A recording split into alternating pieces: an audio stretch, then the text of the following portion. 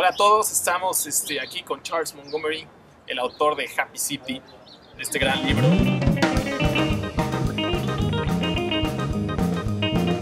Yo conocí a Charles cuando estábamos en Búfalo en el Congreso de Nuevo Urbanismo. Estábamos en una actividad de guerrilla urbana en un cruce para proteger a los peatones y hacer una fiesta, había un DJ.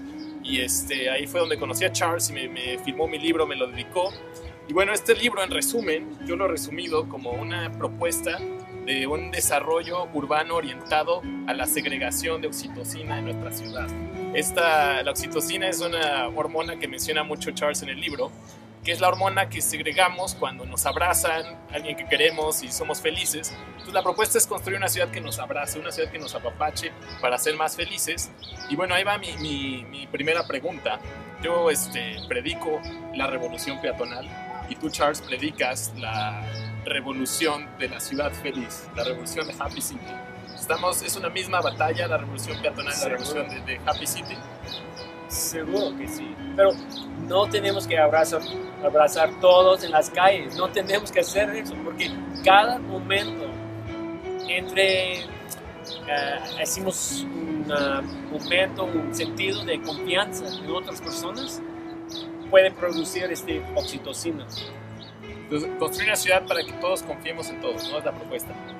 The more we trust each other, the happier the city will be. It's very simple. The cities that have the most social trust, the best relationships between friends, family, neighbors, and strangers, those are the happiest cities in the world. Por ejemplo, mencionas en el libro que hay estudios de que mientras una ciudad tenga más espacios verdes, mientras la ciudad tenga más espacios públicos donde se pueda crear comunidad, va a haber menos violencia. ¿Cómo funciona esto? The relationship is very clear. When we have access to green space, people feel more calm, people feel more able to handle life's problems. And when people live near green space, they report lower levels of domestic violence. They report higher levels of knowing, and trusting, and liking their neighbors. They report that life is easier to get through.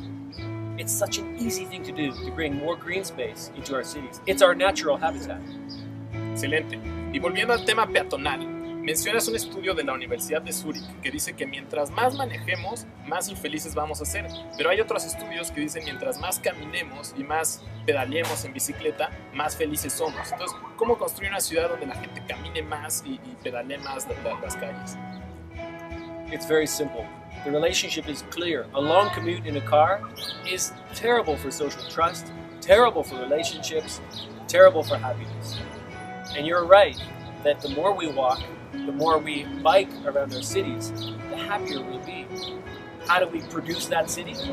Simply by recognizing the relationship and then privileging, always privileging the pedestrians and the cyclists over every other user. ¿Y crees que hemos construido ciudades para los automóviles y no para las personas? Entonces, ¿crees que la principal barrera de una ciudad feliz es combatir este excesivo uso del automóvil y que el gobierno deje de invertir en puentes para los autos e invierta más en banquetas y ciclovías? Okay, we have to understand that the car is not evil. The car doesn't kill people. People kill people with cars. It's just like with guns. At the same time, what we want is to give people the most freedom of all, not to condemn you for driving. However, it's not fair to build a city that gives the most space to the people who use space the least efficiently. So a city that privileges people who walk, people who bike, and also people who use public transit is also a more efficient city, as well as being a happier city. Perfecto. También mencionas mucho la equidad en la ciudad. La equidad se tiene que reflejar en la ciudad, que se refleje la igualdad. Esto es la principal clave de una ciudad feliz. Mencionas mucho el caso de Enrique Peñalosa en Bogotá. Por ejemplo, él llenó a Bogotá de volardos. Los volardos son como estos pequeños postes que protegen al peatón de los automóviles y eso crea igualdad porque un peatón es igualmente valioso que una persona en un automóvil. Entonces esa es la principal clave de una ciudad feliz, la equidad en el espacio público. It's funny, I'm laughing because just coming here today, I walked and I used the EcoBici. And what I see in Mexico City, but also around the world, is people do whatever they can. They take whatever space they can. You mentioned the bollard. The bollard is such a beautiful invention because it says you cannot steal this space. You cannot drive onto this sidewalk. You cannot steal the bike route. It's a beautiful thing. So we have to offer special protection to the people who move when they are not encased in a shell of metal. Perfecto. También mencionas que, según Aristóteles, mencionas en el libro, la ciudad debe de ser el motor de nuestra felicidad. La ciudad debe de ser el vehículo que nos haga felices, ¿no? ¿Cuál ha sido el error en el urbanismo moderno, el principal error? Para crear ciudades que nos estresan todos los días, ciudades que hacen que segreguemos cortisol y estemos todos estresados y sobre todo un aislamiento urbano, ¿no? Estamos solos en las ciudades cuando deberíamos de ser una comunidad. ¿Dónde está el error? ¿Cuándo fue el error que hemos construido estas ciudades tan terribles? It would be nice to blame one person. It would be nice to blame Henry Ford, who developed the automobile. It would be nice to blame Le Corbusier. It would be nice to blame the high modernists. The truth is, the error exists in all of us. The behavioral economists have found now that all of us have problems making decisions that maximize happiness in complex systems. Our cities are complex systems. So what we need to do is slow down our way of thinking and embrace the complexity instead of trying to simplify every problem we have. The city is not a machine. The city is not a factory. We have to include every piece of human life, human endeavor, human aspiration in every piece of ground. Perfecto. Ahora te voy a hacer una pregunta muy peatonal. ¿Cuál es tu opinión del jaywalking? Por ejemplo, yo que soy peatón radical, creo que los peatones tenemos derecho a caminar sin precaución. Es nuestra forma natural de desplazamiento. Y al crear las ciudades, ahora el peatón tiene muchas responsabilidades y obligaciones. Entonces, ¿qué opinas del jaywalking? Jaywalking is an invention. Jaywalking was a word invented by automobile interests in the 1920s in the United States of America. When they wanted to sell more automobiles, when the people who were starting to buy automobiles wanted more space on streets, they decided that they needed to shame the pedestrians. So they invented a word. A jaywalker is essentially someone from the countryside who doesn't belong in the city. So this is a crazy notion that we've all accepted. We need to fight against because, as you say, walking is the most natural thing. I believe the pedestrians are the heroes of our cities. Why? Because everywhere we have people walking, we have street life, we have economic activity, we have safety. It's not the same with the automobile. So we need to turn this concept upside down. We need to use every tool we have, but the strongest tool we have is to recreate the notion of the jaywalker, the pedestrian, as a hero, maybe as a luchador. Excelente. Muy bien. Mencionas en el libro que más gente muere en accidentes viales por el carro que en las guerras. En la Ciudad de México muere un peatón al día, lo cual es terrible. Y los gobiernos no hacen nada. ¿Por qué los gobiernos no han hecho mucho para ayudar a las personas a que no haya accidentes viales, a que no haya más muertes por accidentes viales? Porque ha sido un tema muy subvalorado. ¿Cuál es el problema? ¿Por qué el gobierno no ha puesto ahí sus inversiones, su enfoque? I'm tired of hearing this. Why does the government don't fix it? Why is there a problem with the government? The problem is with all of us. It lives in our hearts. It lives in the way we see the city. Last week there was a demonstration of 100,000 people in the Zócalo against violence and corruption. This is a good thing. We must have these demonstrations, but the problem is the violence in our streets, particularly your streets here in Mexico, has become normal. There are no demonstrations because it happens every day. We're becoming used to it. And what's worse is we blame the pedestrian. It's very sad. I witnessed just last week a pedestrian who asked for just a small amount of his own rights to be in the street when a car ran a red light. Well, the driver stopped, jumped out of his vehicle, pointed a pistol at the pedestrian, and then shot someone on the street. Ok, qué historia. Pues bueno, en la Ciudad de México el 70% de los viajes se hacen en transporte público. En estos terribles microbuses se hacen más de la mitad de los viajes. Ahora, ¿cómo? Y sin embargo, los que viajan en transporte público son los más infelices de la ciudad, según las estadísticas que mencionas en el libro. ¿Cómo sería un transporte público feliz? Well, first of all, I have to correct you. Although people who take public transit express the least satisfaction with their journeys, it's also true that people who take public transit express the highest happiness with their entire lives. We have to remember this, because every public transit journey is not just a journey on transit, it's a walk, then it's a journey on transit, then it's another walk. And it's the walking that makes people happy. So to answer your question, which I completely forget. ¿Cómo es un transporte público feliz?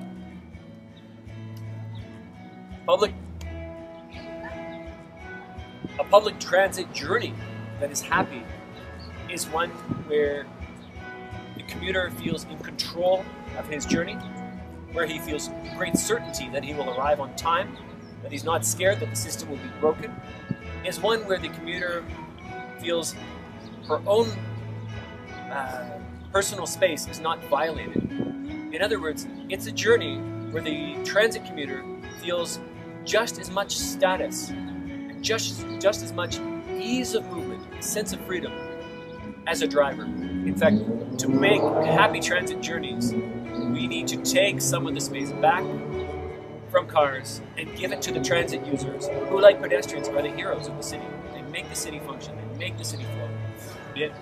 Mencionas el libro que tú viviste en la Ciudad de México, específicamente mencionas el caso de Público y el eje 10, donde es una calle terrible, como todos los ejes de la ciudad, hay mucho ruido, mucha contaminación, muchos autos, muchos accidentes, pero sin embargo mencionas que hay una vida gracias a los vendedores ambulantes en esa zona. Entonces, pero los vendedores ambulantes también invaden el espacio de los peatones y también estorban a los peatones. ¿Qué debemos de hacer con los vendedores ambulantes en la ciudad?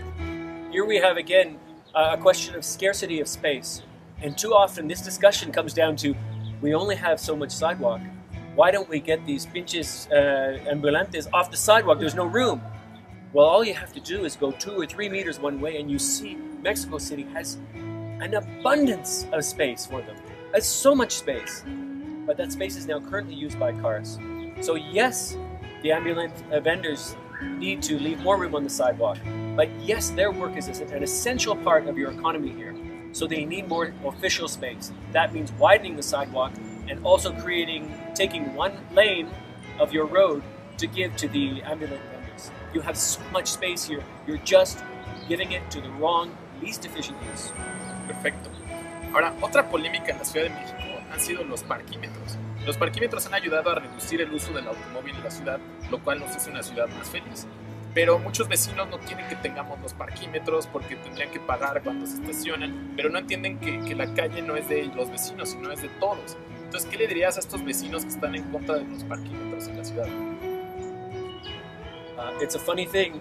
Again, we are all victims of cognitive errors. We tend not to understand the complexity of problems when we are making decisions about our future. What happens in almost every case, neighbors oppose parking meters before they come, and then after they come, they are grateful for them. Why? Because when you attach a price to parking, people park for a shorter period of time, and then they leave the space free for other people. Parking meters are great for local businesses because they open up those spaces so more people can come and shop. Also here, you have this terrific program of taking the money from the parking meters and putting that money into neighborhood improvements. This is important. The only shame, the only sadness is that most of the money from your parking meters goes to a foreign company who runs them. Entonces, si cambiamos eso, ¿tú estarías de acuerdo con los parquímetros? Parking meters are great, I love them. They make me happy. Muy bien. Otro problema en la ciudad ha sido que no hemos podido construir ciclovías por problemas políticos.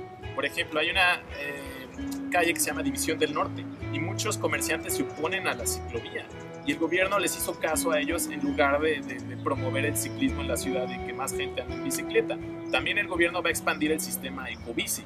En la fase 4 el sistema ecobici va a ir al sur de la ciudad, pero no hay infraestructura. Entonces, ¿cómo vamos a lograr tener más ciclistas si no hay infraestructura en la ciudad? Y es lo que queremos promover. Entonces, ¿qué le dirías al gobierno de la Ciudad de México para hacer su infraestructura ciclista? This is a question of budget. The truth is Mexico City cannot afford not to build more bike lanes. Why? Because when you build more bike lanes, you get more cyclists. I promise you, you won't get them without the safe, separated ciclopistas. Why does this matter for the budget of the city? Because even though cycling is dangerous here, every journey someone makes on a bike increases the length of their life. It reduces health costs for the city and for the state. This is very important. The other case is, we know now from studies in San Francisco and New York that cyclists and pedestrians spend more money on local businesses than drivers. It's almost impossible to believe, but it's true. It's happening everywhere. So, an investment in a ciclovista is also an investment in your local economy. Perfecto. Otro proyecto que se quiere hacer en la Ciudad de México que los activistas promovemos es uno parecido al que mencionas en tu libro, del río en Corea del Sur, en Seúl, este río Chingüengüenchón, no sé cómo se pronuncia. ¿El río Chingón? ¿Qué? Chingüengüenchón.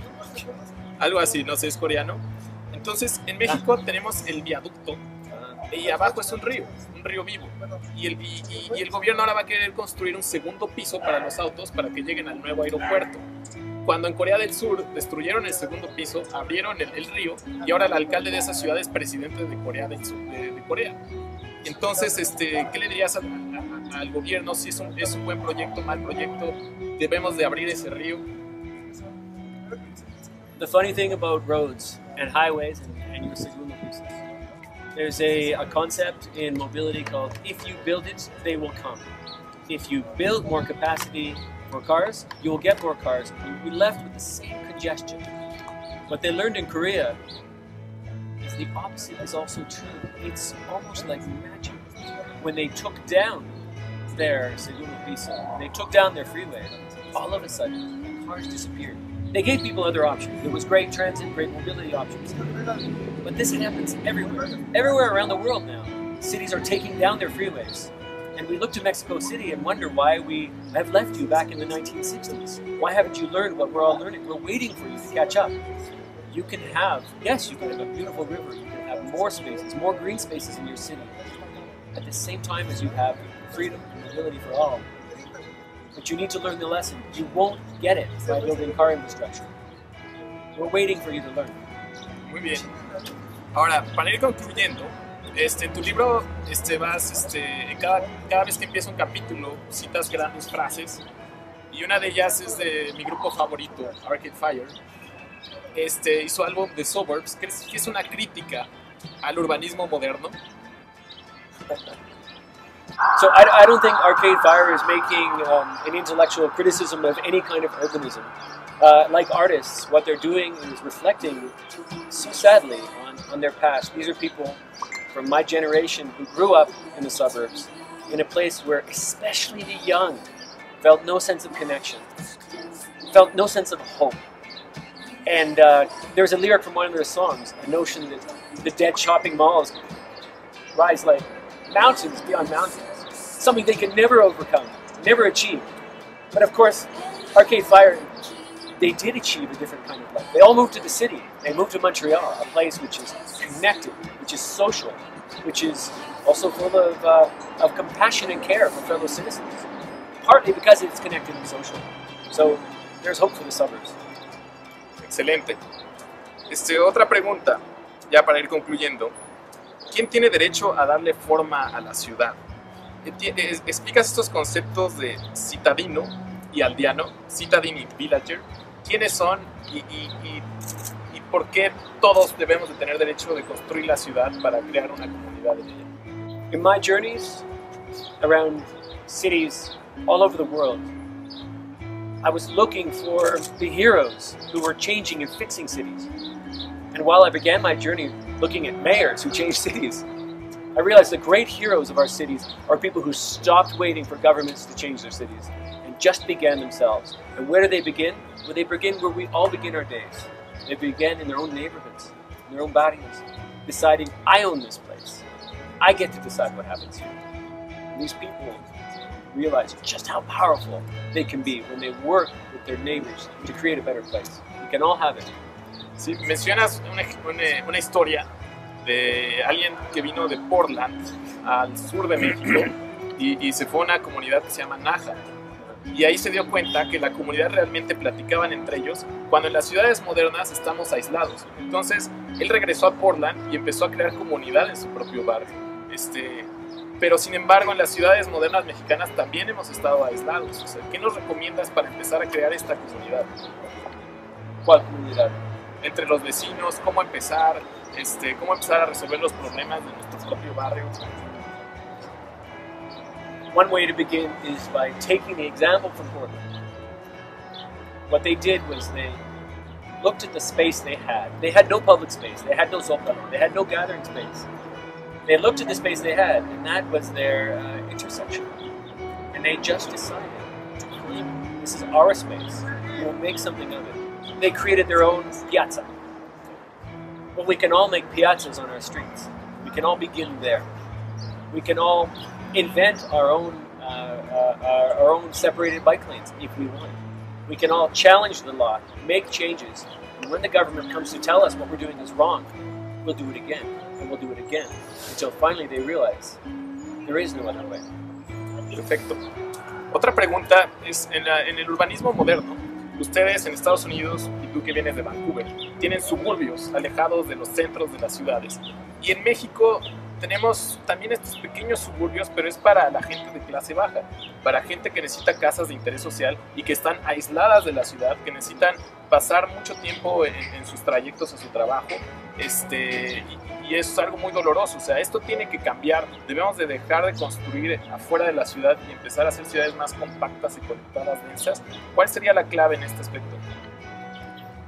Well, first I think we need to realize that the simplistic thinking that has gone into the 2 million new homes in Mexico built through INFONAVIT needs to stop immediately, because while it looks like a nice thing to give someone a house, what you are actually doing is sending them to a kind of prison where they are completely dependent on an automobile, which they may not have, where their children have no access to other activities and other people. So this needs to stop. At the same time, cities around the world are realizing that they're suburbs, that they're disconnected places. They can be reconnected. So we can renovate even the new INFONAVIT projects to be more connected by building walkable, connected, mixed-use, dense villages at their hearts.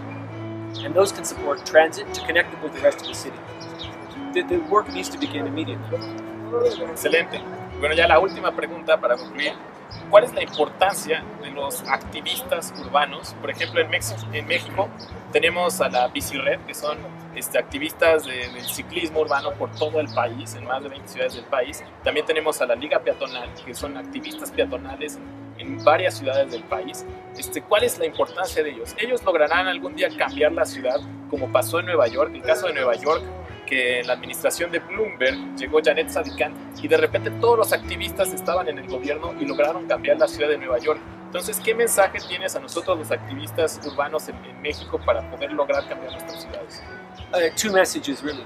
Number one is, remember, the reason we gave all our streets to cars is because there was an organized movement of drivers and auto interests 90 years ago who took that space. They won because they were organized. Number two, you can make a difference.